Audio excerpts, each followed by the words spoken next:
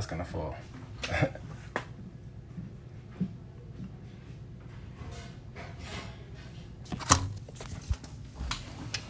Well, I'm gonna just chill right here.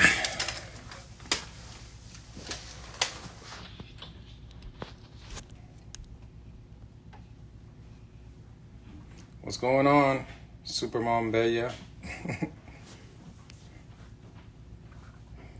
Like always, this is around the time I eat, so this is when I be feeling like I got the itis, you know what I mean? But anyways, today we're gonna be talking about, basically I'm gonna be talking about, for the first half, is what to do once you finish a track. So this episode specifically talks about once you finish a track, what you're supposed to do, or what you should do, or the wisest thing to do. So I'm sitting here, it's inverted, you can't really tell, but I'm in my home studio, and behind me what you see is like it says music agenda. And I strongly suggest you make an agenda for yourself, even if it's for your life or checklist of something you got to do, because it keeps you on track of what you got to do. All right.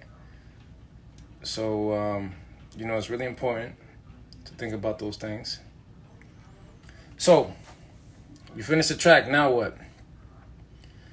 Once you finish a track that's mixed and mastered, after you basically know that this is completely done, you're not going to make any more edits to it, unless maybe you want an edited version, like if it's explicit.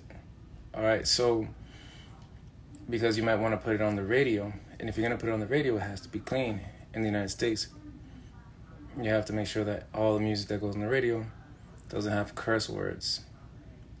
All right, so make sure you have a clean version of your song. That's one of my recommendations. Now, what you should correct, one of my buddies, Janai, is on here. Shout out to Park East Music. A very important part of this process is your marketing and your promoting. All right, so you have to basically work the song. There's a concept called working the song. So when you work the song, you're basically gonna talk to someone who can help you promote the song and get people to listen to your music all over the world. It can be on the radio stations. It can be on certain platforms that you want them on in a certain country. It can be on all types of platforms, but you have to have somebody who can work the song for you. Now, one thing that I strongly suggest also is to shoot a video for the song. Because nowadays, most people need to see a visual. And I would argue that the visual is probably more important than the song nowadays. Don't get me wrong. A lot of people might say, no, Lou, the song has to be really great. That's true. The song has to be completely finished. But have you noticed that there are some people that put their music out there and it might not be mixed properly and it might not be mastered, but they got a cool video and people will watch that video and to a certain extent listen to the song. So it's really important, if you want to be taken seriously, mix and master your strong song and shoot a video to it. All right, you want to make sure that you have a high quality video. If you don't have the money to pay a videographer, then get creative and shoot it yourself. And you might have to teach yourself how to do some editing. All right, so that's one of the steps that you have to take. Definitely, you want to make sure that the video has your contact information, so somebody who wants to contract you can contract you, rather book you, right, for a show or for anything else, and for any of the services that you may be providing. So, once you have the video, what do? Well, you can take a look at platforms where you might want to upload your video, like YouTube, Vimeo, Facebook, anywhere, even Instagram. even if it's part of the video. Now, once you get your song on as many platforms as possible,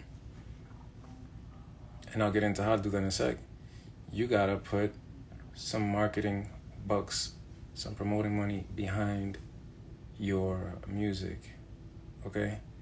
Because if you have the best song in the world and nobody hears it, or only 100 people hear it, then you're not really making progress with your music. And that's something that a lot of artists don't do well. You have to buy into and understand that somebody has to work your song. Now, what does working your song look like? All right. So look, after you got in digital distro or even physical distro, what I mean by that is digital distribution is when your song is on every platform out there. And we're talking about iTunes, Spotify, Tidal, Amazon Music, Apple Music, you name it. Whatever music platform, digital platform, you should be on it. Once that's out there, you need to also consider a very important factor, which a lot of people are going to take for granted nowadays, is getting your song on the radio. Now, some people might say, well, radio is dead. YouTube is the new radio. Well, that's true to a certain extent, but there's still a lot of listeners out there. There are a lot of people who listen to the radio in their vehicles, and there are a lot of people who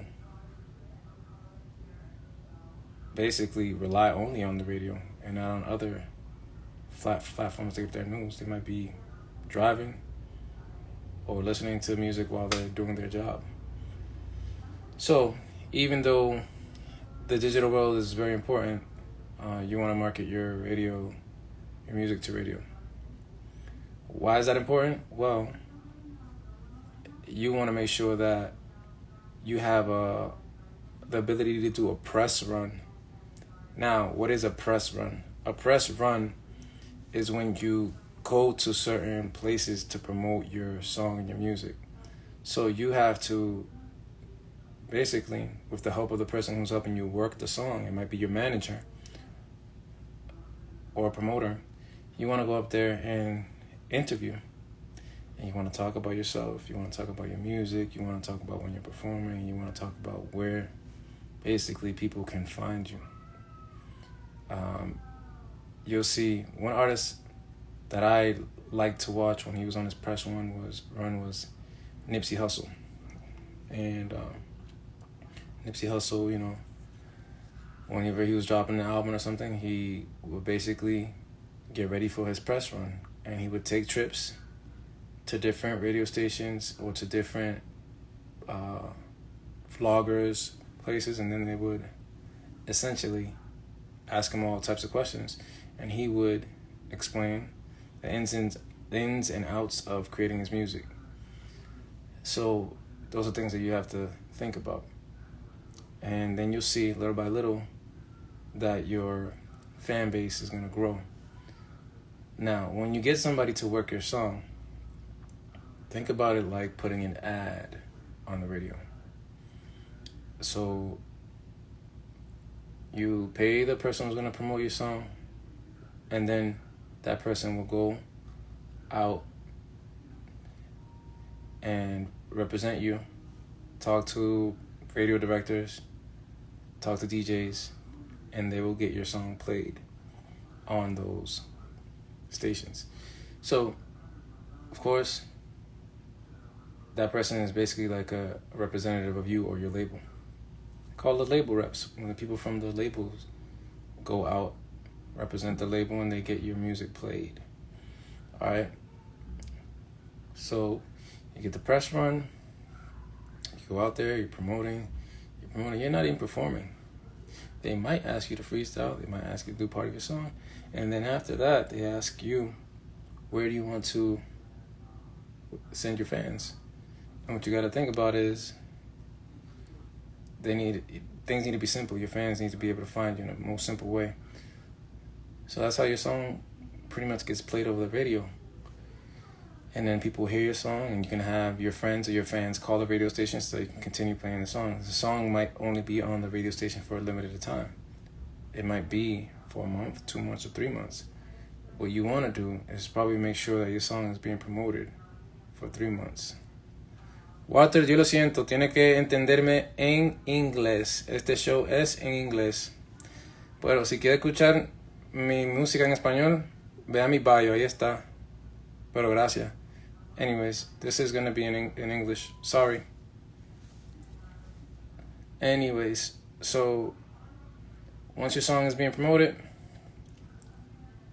you have the opportunity to perform in certain places. You might have to perform for free at different festivals. And then you have to think about kind of working out some deals with some people so that you can get paid for what you're doing. All right. So some people end up, there's a mistake that a lot of people do when they first start doing music, is that they think that more is better. And I thought the same thing. I thought more was better. I thought that the more I recorded, the more songs that I had, the more I had for people to basically listen to my music. But sometimes less is better. And I'll give you an example. Lauryn Hill doesn't have that many albums, but she can still tour off of that one album, Miseducation of Lauryn Hill. So that's something that you got to think about. You make a really good album or a couple really good songs, and you can tour off of that for a long time if you're playing it right. Also, another artist in Spanish who does that is Loue. Loue had like one single that was popping for a long time, and he was able to tour off that and do very well with that.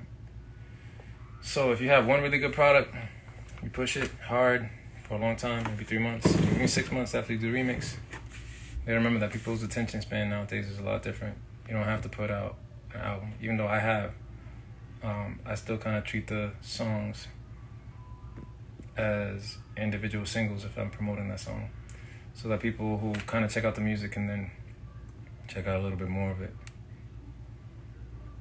So yeah, I mean, I'm not gonna get too much into touring and all that, because that's a whole different beast, or doing shows as much, because that is a whole different beast. So now let's take a couple steps back. Once you finish a track, it's mixed, it's mastered, you shoot the video. How do you go about shooting a video? Now, if you don't want to plan out the video and do a video treatment, then you might want to hire a visual artist. A visual artist can take your music and interpret it whatever way they think is really cool. They might present you with a video treatment, and then you essentially become an actor in your own little video, even if you're maybe not even in the video at all. So think about that. You can come up with the video treatment yourself, but things get harder. You have to do more work. You have to write. You have to write. Some people don't want to put the work in. You have to write your video treatment. Now, what's a video treatment? A video treatment essentially is a plan for what your music is going to be like, for your video is going to be like, excuse me. Your video has maybe it has a few scenes. Let's say a simple video has you walking down the street. Another part of that video might have you in a car. Another part might have you with some girls. Another part might have you on top of a building, hanging out the window, whatever. Those are a bunch of scenes that you put in there. Now that is a very simple way of making videos. As you rap or sing, interchangeably, all those scenes go back and forth. And when you're shooting the video, you gotta have like a boombox with that song playing in the background, so that you kind of make sure that you say what you need to say. You need to know your song by memory, because if you don't, it's gonna be hard to match up the lyrics when somebody goes and edits your video on the program. All right, so video treatment, very important. So one thing I like to do is I think you have more success on is if your videos kind of flow like movies. And that's where you have to kind of become a director.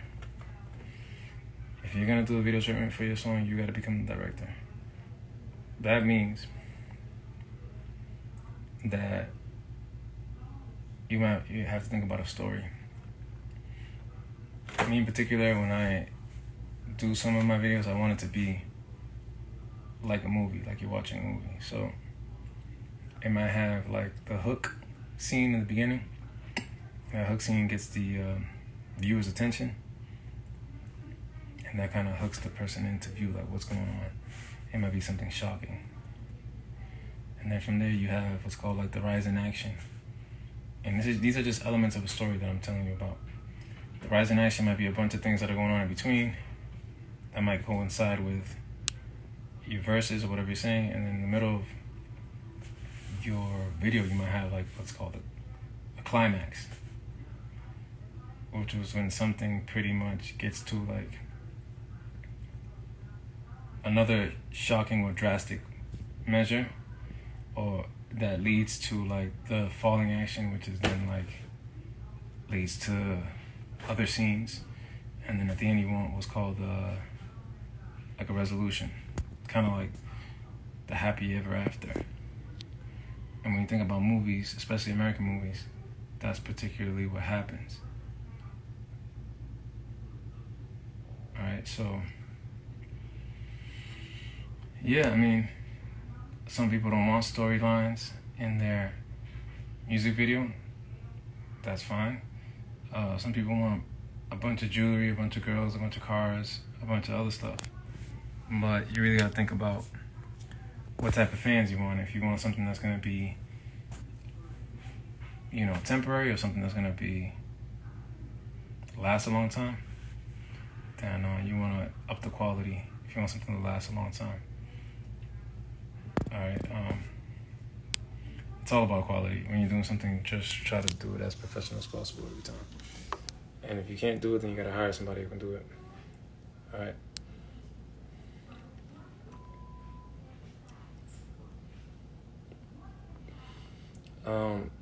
We're gonna talk a little bit about production in a few minutes. We talked about that last week, but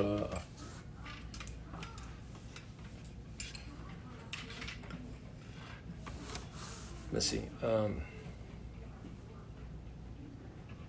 gonna take a few steps back because a lot of this is a lot of what I'm talking about is very connected. So if I jump back and forth, I can lay it out like number one, number two, number three, number four.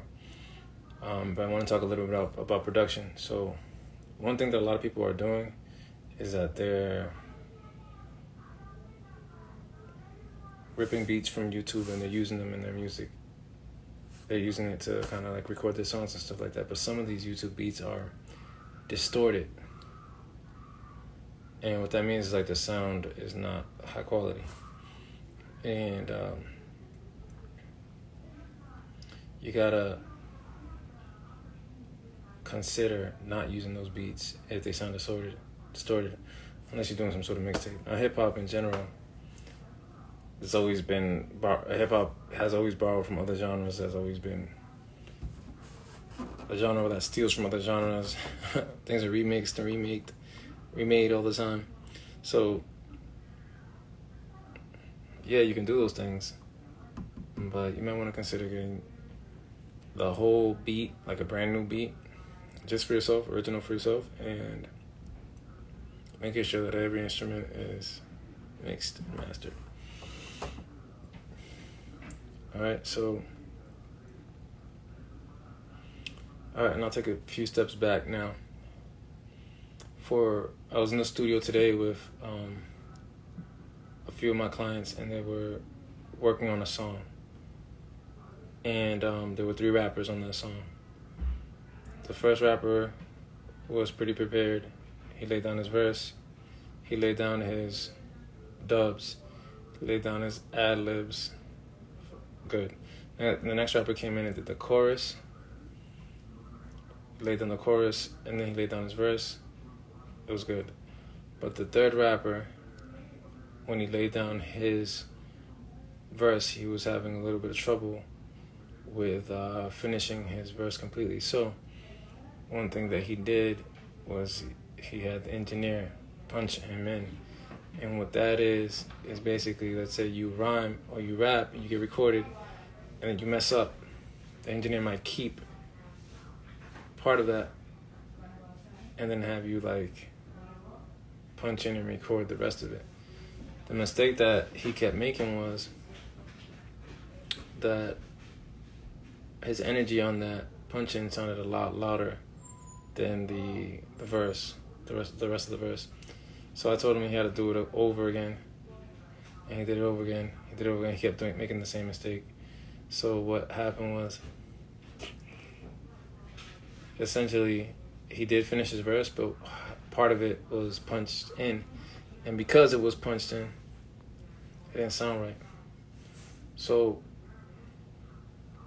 what I told him was, all right, you got it. We didn't want to continue have him doing it over and over again. We said, we're going to keep it like that. We're going to have to fix it later.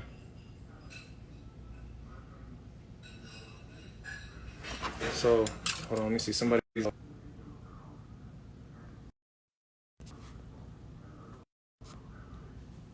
Yeah, like I said, I'm not sure.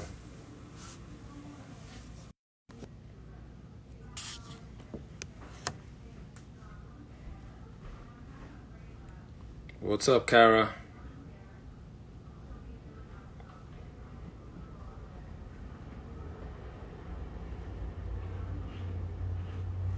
So anyways, so if you're a beat maker or a producer, you have to make sure that you mix and master your beats, every single stem, every single part of the beat.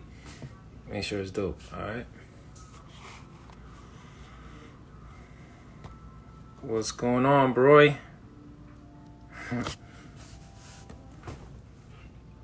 So, I mean, not everybody can do that. You kind of have to respect the people that know how to do it and come away with a finished product.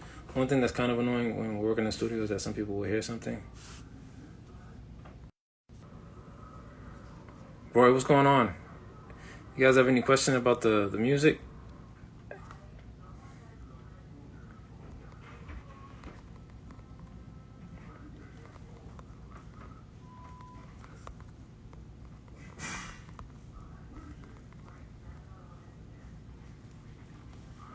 All right, so it looks like Primo just joined.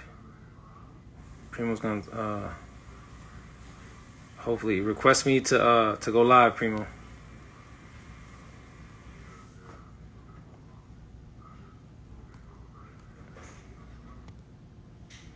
Yeah, so request me so we can go live together. You can talk about the process of creating beats.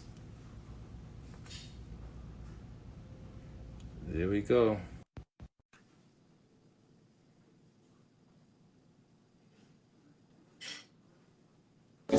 Ring around the world, my nigga. The whole hood cry when you die. That's what you call official. We was used to taking losses, ran it up.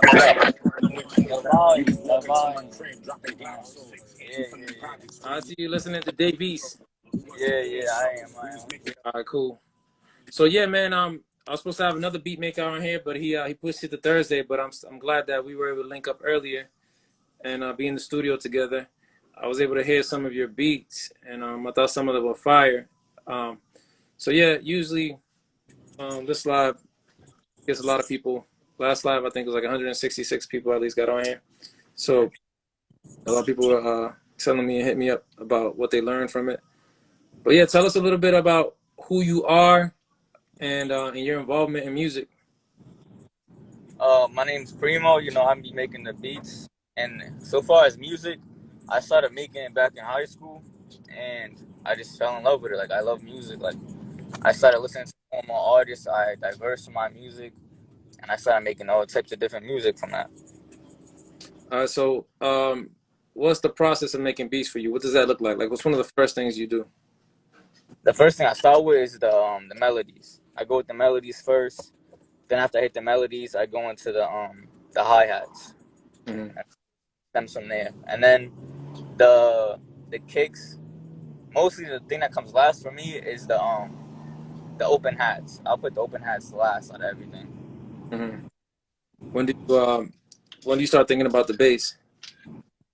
I put the bass in like right after probably after the hi hats to match up with the melody, and then if not, then I'll put the bass second to match up with the melody. Like every what's it called? The bass of the melody, I take it, I stem it from that, and I put it on the 808s. Okay. What what program do you like using? I use FL. FL is like number one. I used to use Ableton, but it's like I just fell in love with FL more. So explain why you switched from Ableton to FL. I feel like the plugins to me Ableton's like the iPhone type, and like FL is like more like the Android, so I can bring in more plugins, like more I can maneuver around different stuff, and like there's not that many like things I would have to get a plugin. So explain to people what plugins are, because the crowd that we're kind of catering to don't really know anything about music. So when you say plugin, they're like, "What is that?" A plugin is like an outsource from like another website that you bring in, you download to your laptop, you bring it in. Like if you want like a specific hi hat, you go onto someone's website, and they can have like a Pop Smoke hi hat, a Drake hi hat. Like they sample it as that. That's what they call it, and Hmm. you drop it into your own FL. Okay, so I mean, I wanted to ask you this because depending on what type of producer you are, there's some people who use like the pre-made like drum kits already. Do you play each instrument like separately, or do you like go and select a drum kit? I'll play every instrument separately. There's like times where I have like tried to use it, but like I feel like the sampling and like using drum kits is more harder than making your own. That's Yeah, what. I think I would have to agree with you. I mean, like I noticed that it's even harder to mix because that's a pre-recorded drum kit or Yeah. like things together. Like, and then you try to go make the hi hats or the kick lower or higher in volume, and you can't do that because it's all in one Yeah. recording. And they already have like the BPM at a specific BPM, and like you have like say it's like a 150, but yours is like a 170. You have to match it up and change it and fit the tempo. Yeah, so tell us what BPMs are. I know what they are, but I don't think they know. BPMs is like the beats per minute. It's like how fast or slow your beat goes. Hmm. So some of the beats that you're making, how do you know that you got to use a certain type of BPM? For me, it just stems from like what genre. Like most R&B, it would be like 100 or under. Most hip hop like steady is like from 130 to 200. It depends. Yeah, it depends how fast the song is, right? So tell us about some of the like the latest beats that you've been working on. Um, like trap, but now I'm starting to get more into the I don't know what you call it. I would say like right now, like like the guitar type stuff like that. To that now. All right, so explain to us like what makes a song a certain genre, because we have some people who don't know. Like back when trap, what we know as trap, there was a whole other genre of trap that sounded different. And I remember at one point people were saying this is a trap song or this is a trap beat, and you would have searched it up and it's not what you thought it was. So tell us a little bit about like how you know a certain song is of a certain genre. For me, I would say it would go with the I would say it leans more on the artist for me. Mhm. The artist makes that type of beat. Like say someone can make like a little Uzi type of beat, but then you got someone like Future that comes and takes it and make it into like that Atlanta trap type music because it's all on like what it leans on with the vocals. Okay. So sometimes basically saying that the vocals can drive like the genre of the song. Yeah, yeah. It's also the difference between I would say like I couldn't say the genre. I would say like the style, because in hip hop right now you could tell like with the UK drill, the hi hats and the snares, the way that the hi hats and the snares hit together, that's what makes that sound. You're able to identify that as UK drill, right? And I Yeah, think, correct me if I'm wrong, but UK drill influenced Chicago drill music, right? And then yeah, that that Chicago drill music has now influenced the New York drill music. yeah, correct. Like the Chicago and the New York drill is two different like drills to me. They are, yeah. Explain a little bit to us, like what's the difference? I feel like Chicago drill is more like the aggressive, like I would relate it more to like boom bap. It's like boom bap, whereas the UK and New York like it's more like faster, like both. But then Say it again. I think you were cutting out a little bit. I feel like this is like more like bap, more aggressive with the lyrics, whereas the UK and New York more like fast. Okay, cool. So do you do beats for the Latin music as well? I've tried. I would say I tried uh, like I want to say a real line, but like what's the dembo? I try to make a Oh, you're making dembow. Okay, yeah. Tell us a little bit about that because some people back in the day, dembow and reggaeton were the same, but they're different now. Explain to us like how different they are now. I would say the same. First, I would the what is it? The cake, like, the clap. It's still. I'm trying to make You're cutting off a little bit. Can you I don't know if it's the area that you're in, but it keeps cutting in and out. it good now. Yeah, it sounds clearer now. Yeah. But the in both the reggaeton, it's like this beat.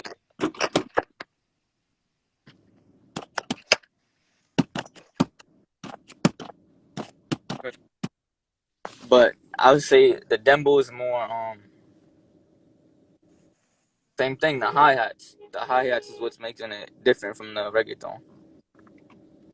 All right. So and culturally, like Dominicans are doing a lot of dembow, right? Yeah, And then like reggaeton, it's more like Puerto Ricans that are doing reggaeton. yeah. But then you I would have say like certain. I would Mhm. say dembo is like the the to get the club jumping, where the reggaeton's more like the bachata type. Like it makes you dance like bachata. Yeah, I mean, even though they got crazy dances for dembow now, Yeah, there's so many like subgenres too. Like there's reggaeton lento, right? There's reggaeton that's kind of slower, yeah. uh, which is more like Sech, that artist, and he's from Panama. Um, but yes, so what are you excited to work on? Like now that this music is shifting. Like trap was popular, boom bap rap was popular back in the day. The type of music that 50 Cent was doing. That type of hip hop was popular, which kind of fell in line with like Nas and Jay-Z and all that stuff. Now we have like this new movement, right? Are you Yeah. excited to work on these beats and what do they sound like? For me, I feel like the beats like Gunna, Little Uzi, all of those type of beats, like it's more like they lean more on like different sounds, like that outer space type of sounds. Whereas like the old school, like we never like it's just like the kicks, the kicks, the snares, like all of that. But now they bring in more different sounds. Like Little Uzi had and one of his tracks, he had the phone like hanging up, and it was like clicking, and that was like one of the main sounds on the song. Mm, so that was pretty creative. Yeah.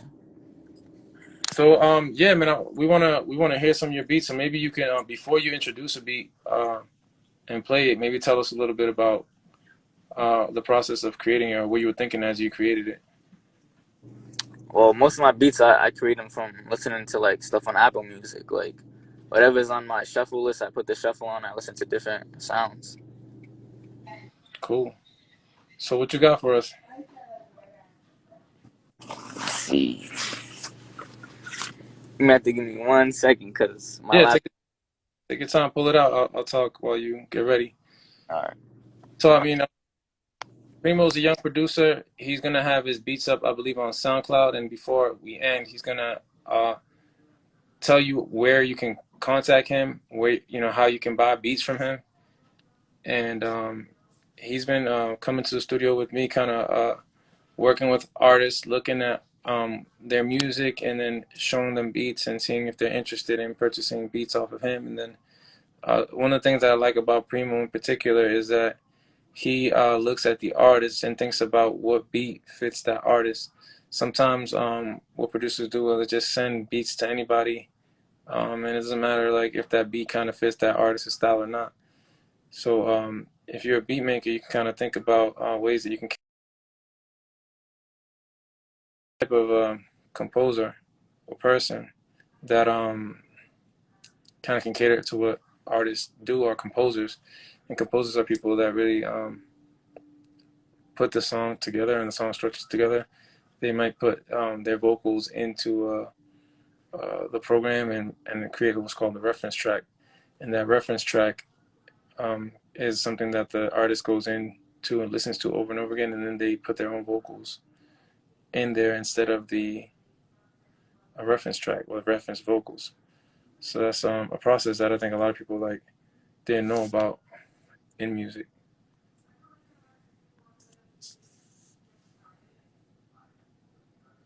So it looks like Primo's back on. He's gonna get his stuff ready and show us some stuff. What's up, man?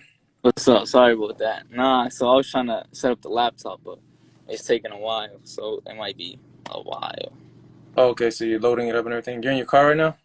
Yeah, Okay. I'm If just waiting. you do get it up, I'm sure it'll sound good if you play it through the speakers. Yeah, I'm gonna try to. I'm just waiting on it to load up because it died earlier, so I don't know how long it's gonna take. Oh, okay. But yeah, so what are some of your plans in the music business? Like, what are some of your goals? I'm trying to just put my music out there and just get it heard at least like by everybody. To be honest, like everybody in my neighborhood and everything.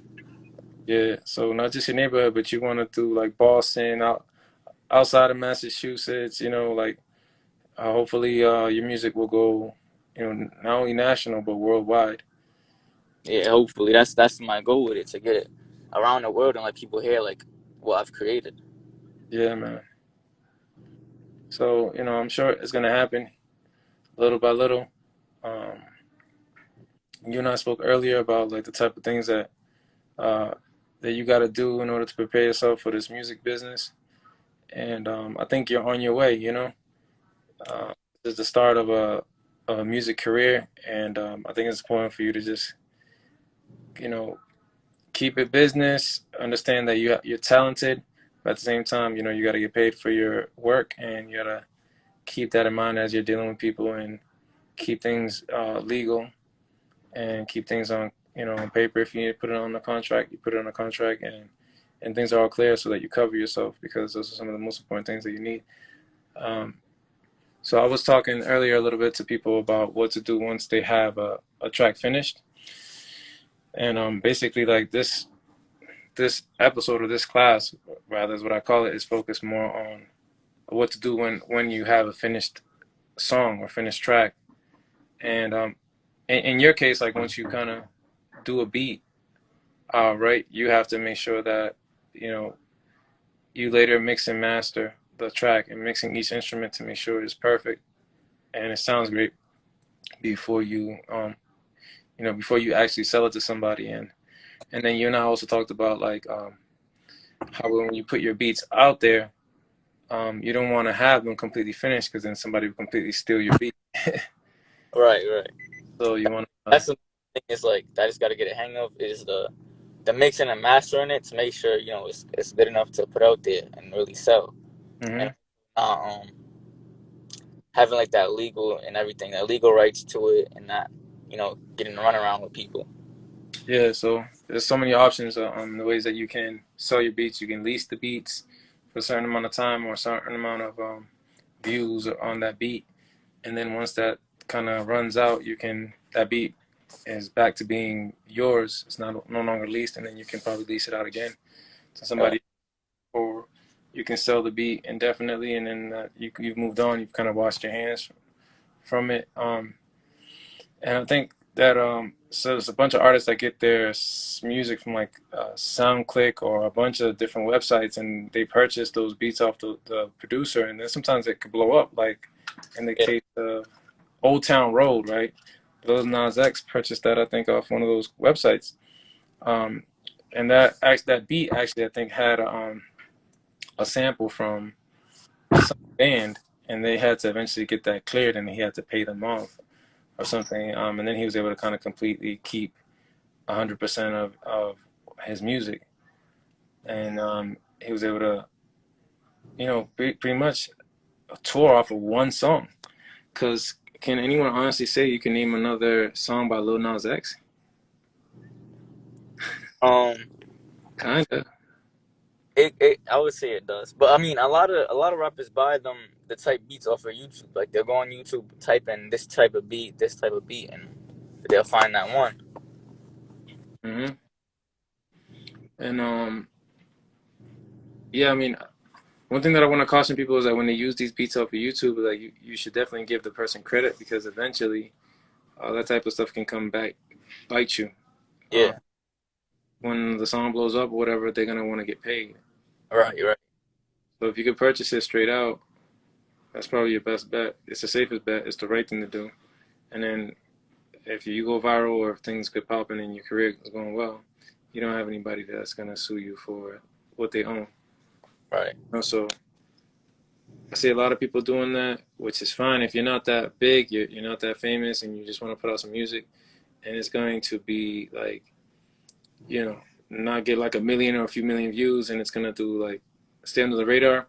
It's not a big deal because nobody's gonna come after you for it. And some people might not even sue you because it costs more money for them to sue you than to not and just let it go. But there's cases where like the case of Lil Nas X, if you have a beat like that blows up to that point, people are gonna want their share. And yeah, like Robin Thicke got sued, and Pharrell got sued for a beat they used a Marvin Gaye beat, Yeah, and they got sued for that, and they made a lot of money, but they also lost a lot of money because they didn't check with Marvin Gaye's estate, and then ended up having to pay out a lot of money. yeah. But the same thing happened with Juice WRLD and Sting, because Juice WRLD's song that blew him up was sampled off of like the Sting track, and like they tried to get their money off of it. Yeah, I mean, if you look at it, I saw that the comparison. The song structure is pretty much the same. What changes is the lyrics, Yeah, the song structure, and like I think a couple of the drums were similar in the pattern. yeah, I think what they changed was a little bit of like the melody or the synths. I think changed a little bit. yeah. They had like a good like four notes off of it because you can hear it. You can hear the little similarities. Yep. So when I heard it, I was like, wow, this is a direct copy. Which, if you copy a song structure, I think it's okay, Yeah, because like, but if you copy it, and there's some legal stuff that I don't know about in terms of how much you copy. If you copy like a few seconds, and it's like too much, then they can take you to court. But if you only took like enough where it's not noticeable, then they can't take you to court. But I think in his case, it was pretty clear that it was a copy, yeah, yeah. You could tell. Yep. So, Yeah, you know, but hip hop is like that to some extent. Like a lot of people sample other people anyways. yeah, because they get their ideas from other people. Like sometimes it's good to lean on other people's ideas because you end up creating your own ideas, even if it's like a little like portion of that whatever track it is. But as long as you create your own, like you throw your own ideas with it. Yeah. I mean, we can look at some of the great people who've done it in the past. Like, I mean, Puff Daddy took a lot of the hits from the '80s and created them into '90s songs. The whole Bad Boy. Yeah, the whole Bad Boy did it. I mean, Jermaine Dupri, he's a producer that did it. They call each other like the inventors of the remix or whatever, and that's just part of the game and how it works. Reggaeton, for example, took a lot of Jamaican dancehall and reggae and copied that. They would listen to like the part of the beat that had no vocals, and they used to copy and paste that and loop it and then they would just rap over that and kind of make it and do it in Spanish, and that's how kind of reggaeton came about. And they sped up the beat too, and that's kind of like how that happened. And that's totally, at that time it was illegal, you know. You're just basically pirating, using somebody's beat without permission, and then publishing it and then selling CDs. The whole underworld of like selling tapes and CDs of that's kind of been remixed and recreated for others to consume and to make money off of it. So there's a really good documentary that Pop Evolution. Yeah, I seen it. It was on Netflix. Yeah, so that one I really like they're talking about the creating of certain different sounds and talking about different cities. From going to Houston, things being screwed in Houston, to the New Orleans sound, New York City sound, and how they really talk about the changes in the music. Yeah.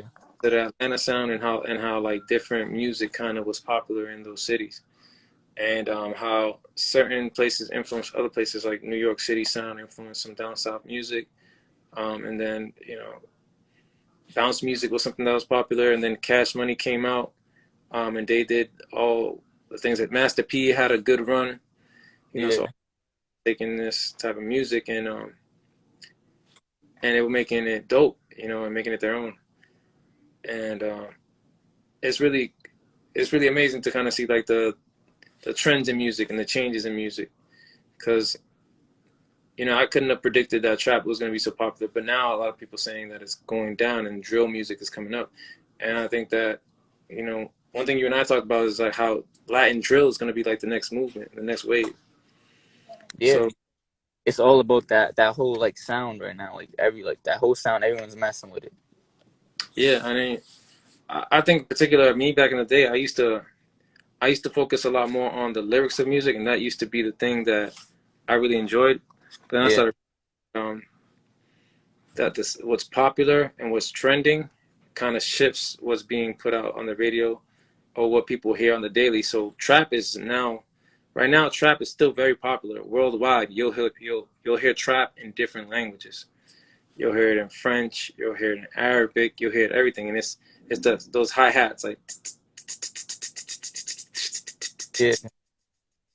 and you'll hear that, and that's trap music. So it's really amazing to kind of hear it in different ways. But what is also pretty cool is that I've heard reggaeton in different languages. Reggaeton in Chinese or Japanese and all that, and I'm just like, yo, that's pretty amazing. I didn't think it would go that far, but people like, because they had I forgot back I think like 2016 2017 there was like some Japanese like drill going on, and it was like Japanese trap going on, and I was crazy because it's like another language. Yeah, and it sounds crazy. I actually occasionally I'll like look up like a famous rapper in a different country to see what their sounds like, and I was looking up something like in Turkey, because I had somebody hit me up from Turkey to work with me. They wanted a certain sound, and I said, all right, well, let me look up who's their most popular rapper from Turkey. And lo and behold, the first song that I heard, which had like millions and millions of views, it had a trap sound. So I was like, oh, that makes sense, I didn't know, that this would be so popular worldwide. Because if you go and you look at the French rap, top French rappers, and you hear some of their sound, you're going to hear some trap music. Yeah. So it's interesting that people kind of ride these waves. But I also think even more interesting is the people that stick to one sound and then they become the new wave. Because you're looking at what Pop Smoke did, right? And he essentially made New York drill popular. Yeah, he brought it out. He brought it out for 5 Year Foreign, for Fetty, for all of those guys. Like, he brought it out for them. Yeah, so they're allowed to, ride his coattails and kind of continue doing that type of music. Yeah. That I think takes, and then I think people were mad because the new album that he dropped kind of sound more like 50s shit. Yeah, it was more. He had like a lot of trap type of beats on it, most than the drill. Yeah, so most of his stuff, like his first two albums slash mixtapes, were all drill, more or less drill, Yeah, and cool stuff. But I think that 50 as an executive producer kind of knows that drill music is still not mainstream for the most part. yeah, Drill is still kind of underground. So once he made such a big impact, and because he died, he's bringing drill into the mainstream. A couple of kind of sound like drill, but for the most part, it sounds like that hip hop kind of mixed with R&B, all right. and like he Many Men, and I thought that was a cool remake. Um, But he remixed a lot. It was like Many Men, and I think it was like another track, because he had like a lot of 50s lines on some of the tracks. yeah, I mean he looked up to 50, and that's the thing that a lot of people don't always appreciate, that 50 has been influential, and he wanted to work with 50, and he had the chance to kind of be mentored by him. But the album, I think, is successful in terms of that it does have that commercial sound. All right. Can be played on the radio. The problem with some of this drill music is that it's high in lots of curse words, and it's lots of explicit language, and it's all about like gun smoke and and beef and all that stuff. Yeah. That's really hard to play on the radio. So it's gonna be interesting now to kind of to see if drill music goes commercial, and what type of artist can actually pull it off, and still have a song that's like completely clean. Yeah. But you gotta think, as like back in the day with like Nas and Wu-Tang, how like they was coming with their lyrics. A lot of the industry didn't want to hear that because they wanted the radio stuff. Yeah, and that's why some people will. I give an example, and some people might criticize me for bringing this guy up, but Joe Budden. You listen to Joe Budden's music, the rest of his music doesn't sound like Pump It Up. Yeah. Pump It Up was the commercial song that came off that album. I enjoyed the rest of the album more than that song. Yeah. Like, Yeah. real lyrics, real deep songs, real meaningful songs, and Pump It Up was just one of the commercial songs that made it to the radio station, and played over and over. So these artists have to have like one, two, even three, maybe three commercial songs that are on their album, so that they can even get radio play and they get the platform. So And most of the more fans pulled in by that because it's coming on the radio play and everything, and they look into it more. not only that, it's the type of fan too. Like you have the type of fan that, you know what I'm saying, to buy that sound, and then you have the radio stations who can play, and the type of crowd that radio stations will sell tickets to your show. Yeah. When you hear people are coming into town, whenever somebody does a concert, the radio stations are the first people promoting the concert. Right. So they're the ones saying, "Oh, so and so is in town," blah blah blah. They might interview that person. They might throw a bunch of ads in there, and then they play that person's song over and over again, or their songs, until that person comes to Boston to do their concert. But that's how a lot of the artists, like, you have to start off with that, and then it keeps on going. Yeah. So a thing that I kind of want to talk about is like building a buzz, right? Like building a buzz can be difficult because it requires like a lot of promoting and marketing and looking professional and being consistent. I think one of the problems in any business, not just the music business, but it's consistency and like posting regularly, engaging with your fans. You have to email your fans if you have to, basically be on there. They have to see your promotion. They have to see your ad. The more you pop up in your fans' like life, the more they're gonna be likely to check out your stuff. Now, for particular, I'll be honest, like that's been tough for me because I don't always want to be online, but I do music, and nowadays it's a different way of doing music. Before 50 talks about in his new book, and I haven't finished it. I just remember a couple of lines that Lloyd Banks doesn't want to do social media. Yeah.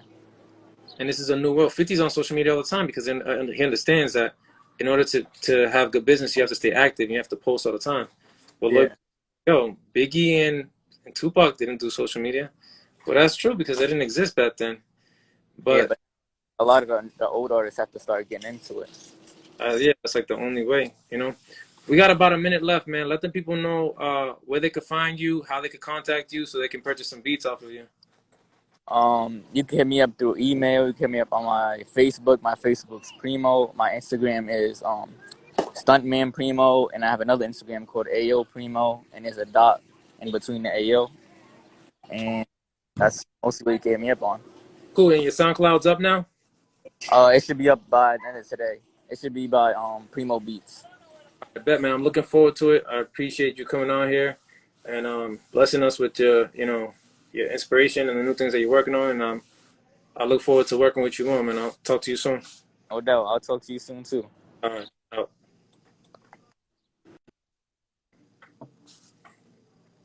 There you have it, ladies and gentlemen.